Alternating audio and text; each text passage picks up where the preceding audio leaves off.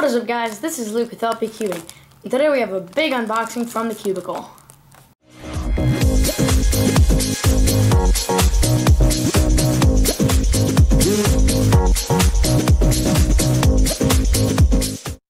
So although this is a fairly large unboxing containing 6 puzzles, I got all of these puzzles for just $30. These are some of the puzzles in the Cubing Classroom series by Moyu. So in case you guys don't know, the Cubing Classroom series is a series of cheap puzzles that were designed for people who were just getting into cubing. And I actually ordered these for a friend, and he said I could go ahead and unbox them on my channel.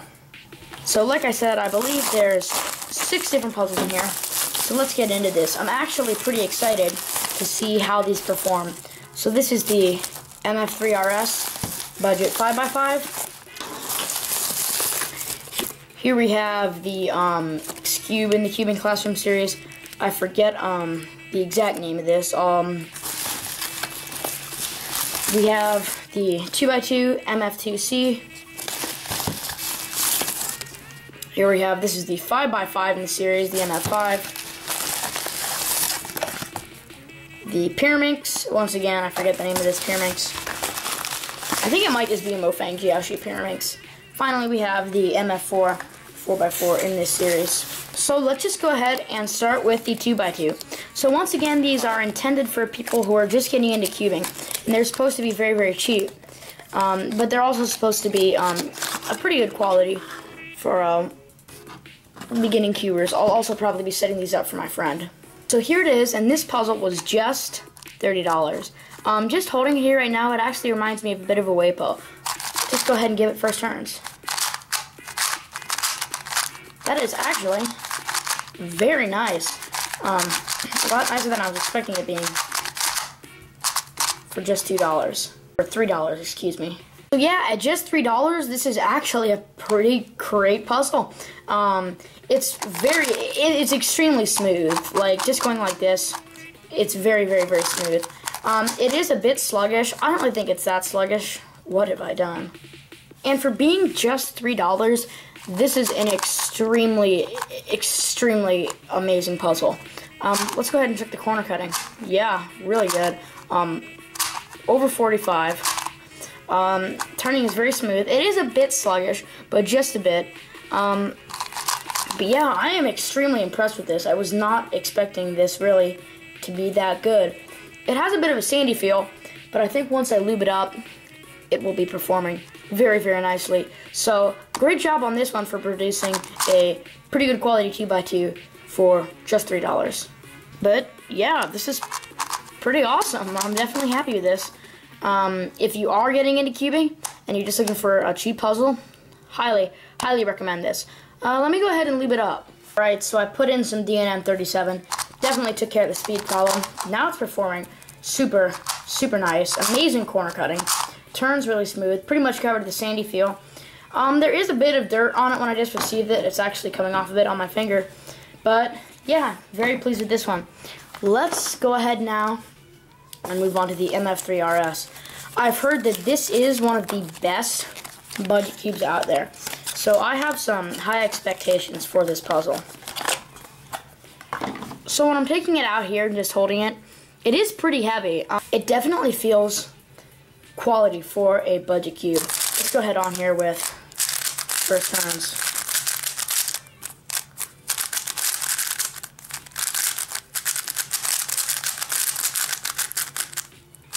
And wow, man oh man, is that ever nice. $5. This thing is just incredible. It's just ridiculous how awesome this puzzle feels and performs. It's just $5. It is definitely not like any other budget cube that I've ever felt before. If you saw my unboxing of the Zanji 2017, that's a $12 puzzle, and it was designed to be a high-end quality cube, and this thing just outperforms it in every way. Corner cutting is great. Over 45. Reverse, yeah, it's got pretty good reverse corner cutting too. Almost line to line, not quite. But this thing is just so smooth. And like I said before, it performs so much better than the Zanji 2017. And this thing is only $5. And once again, for a beginner cuber, this puzzle would be absolutely amazing. I lubricated this puzzle up. The pieces with a combination of DNM37 and lubricable silk, and now it's performing even nicer. I am pretty curious here on what the mechanism looks like of this puzzle, so let's go ahead and take a look. Wow, that is extremely unique. I've never really seen anything like that before. I've also heard that this has a pretty independent mechanism as far as like comparing things to it go. It's got a very large base at the end of the corner and a very teeny edge piece right there, so that's pretty unique. But yeah, just like the 2x2, this really gets my approval. Alright, before we go ahead and do the higher order cubes, let's do the Pyraminx. I am not a huge Pyraminx solver. Recently I've been getting into it a little more. I think I really want to start Pyraminx a bit more. And here it is. Let's just go ahead and move on first turns. Okay. That is not the best. Definitely not as nice as the other cubes in this series. Ball bearings or magnets? Ball bearings, yeah. I wasn't really expecting magnets for it. It's designed to be a budget cube. But whoa. What have I done there? But yeah, this really needs lube. It's turning pretty stiff. It doesn't really want to flow along. It feels really sandy, pretty dry. Let me go ahead and lube it. Alright, I lubed this up with a combination of silk and DNM37, and it's performing much nicer. Once again, I said this was like a $5 or $6, I think. And for a $5 or $6 Pyraminx, yeah, it's really nice. Tips turn okay. There's a funky kind of snap to them. Like they're not really wanting to turn that good. Yeah, the tips turn pretty good. Okay, that was pretty terrible. I don't know what I just did there. But yeah, this gets my approval too. Definitely did not blow me away as much as the 2x2 and 3x3 in the Cubing Classroom series. Definitely not, but still, it is very nice. And if you're just getting into cubing, looking for a good, cheap Pyraminx, would recommend this one too. Let's move on now with the Skewb. I'll put the caption on what the name is up top, because I forget the exact name of this puzzle. And here we go. I have packages all over my table. I'm not a big Skewb solver at all. I think it's fun to solve, but I don't really care about speed solving it. I don't know like any of the finger tricks, advanced algorithms or anything, but let's just go ahead and get into some turning here. Wow, that's really nice. As a matter of fact, that's probably up there again with the 2x2 and the 3x3. Let's just go ahead and scramble it up, because I don't know really a whole lot of Skewb algorithms. But yeah, my input on this puzzle probably would be the best because I'm not a huge Skewb solver. But I have turned a few Skewbs, and this one is definitely very nice for being such a cheap puzzle. And the thing that I really like about these puzzles is that they don't feel like they're incredibly cheap puzzles.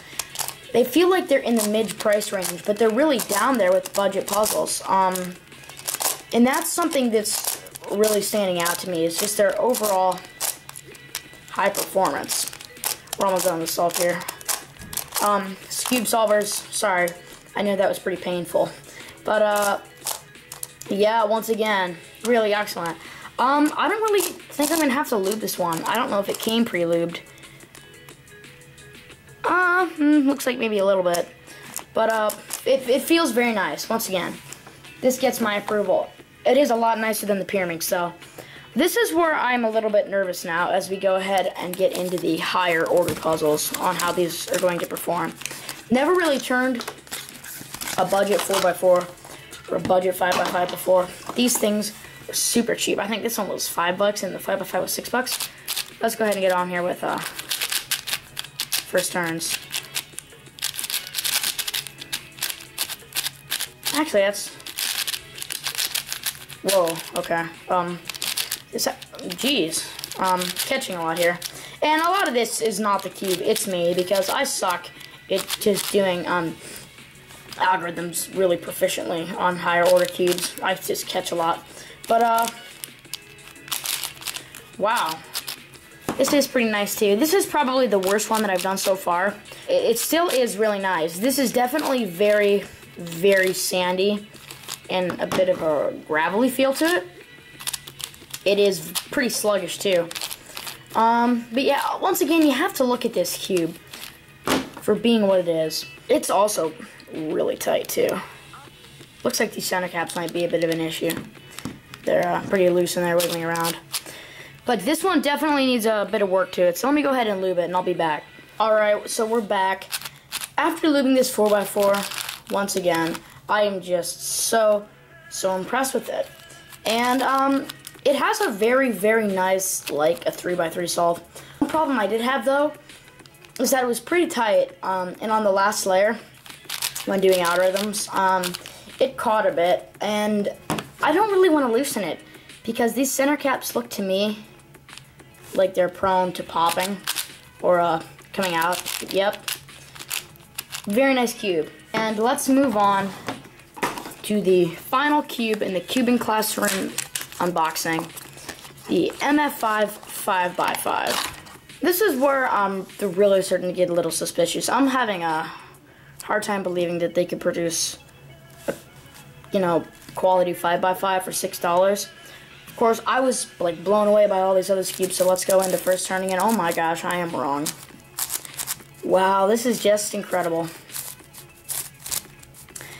And like I said with the 4x4 too, out of the box, it is really sluggish and sandy. Of course, when I lube this cube, I'm sure it'll perform excellent as all the other cubes in this unboxing have. That was terrible. I don't know why that took me so long. But yeah, there is a very, very definite sandy feel, more so than any of the cubes yet in this unboxing. But, whoa, okay. Let's see what happened here. That's a bit of an issue. It was like that on the JiaoShi 5x5 that I unboxed too. Quite prone to catching. Let me lube this up and maybe it'll get rid of that sandy feel, because that's it's pretty sluggish. That's kind of bugging me. The loop has been broken in and this is performing with the same excellent quality as all these other puzzles have. It is also prone to catching. As the 4x4 was too, and it is pretty tight. Once again, these center caps look like they're pretty prone to popping. We did have a catch there with the center pieces, but yeah, it's just performing with the same great quality as all of the other cubes have. But the final, all of the puzzles that I have unboxed, and I am really happy that I definitely made the right choice. And these are definitely some great cubes to give to my friend who's just getting into cubing. And these are 6 cubes, and we're getting up into 4x4 and 5x5, and they're just for $30, and they average out at like $5 a piece. And the fact that not only that they're $30, but they're of extreme quality for just being $30 just blows me away. But what I am the most impressed with from this unboxing is this MF3RS. Now, I know that this is no high-end speed cube, but I actually don't have a regular Moyu Weilong GTS2, but I do know another cuber who has one, and I've turned his before, and this actually feels somewhat like that, and this is just $5, and that's really just, I know that it doesn't compare to it, but just showing how excellent these puzzles really are. I love the feel of this 2x2. I don't know. It's really, really neat. Really cool here. I'd say the worst out of all these puzzles would have to be the Pyraminx. And the Pyraminx is still pretty great.